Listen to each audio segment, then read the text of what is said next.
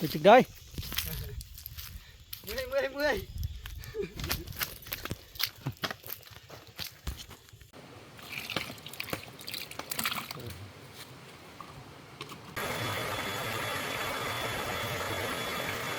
ดิตัวเยอะเลยหน่อยตัวเยอะ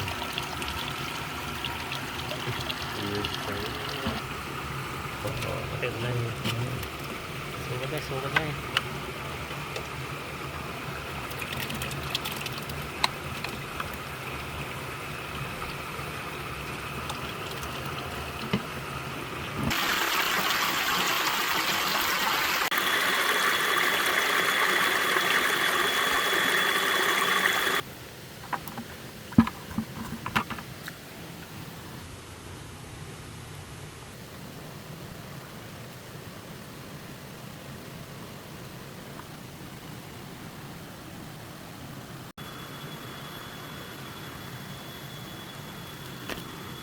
ครึ่งนึงเลย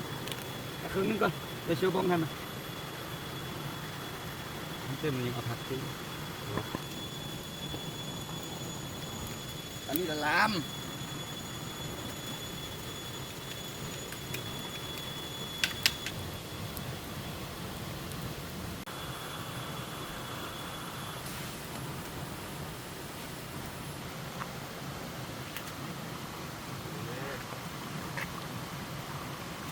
เพื่อซ้น กินเดิมนี่เลย ตัว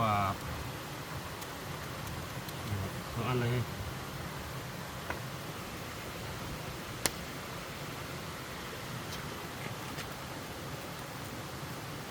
โอ้ก็คักสุดซ้ำนี้เลยทีน้อง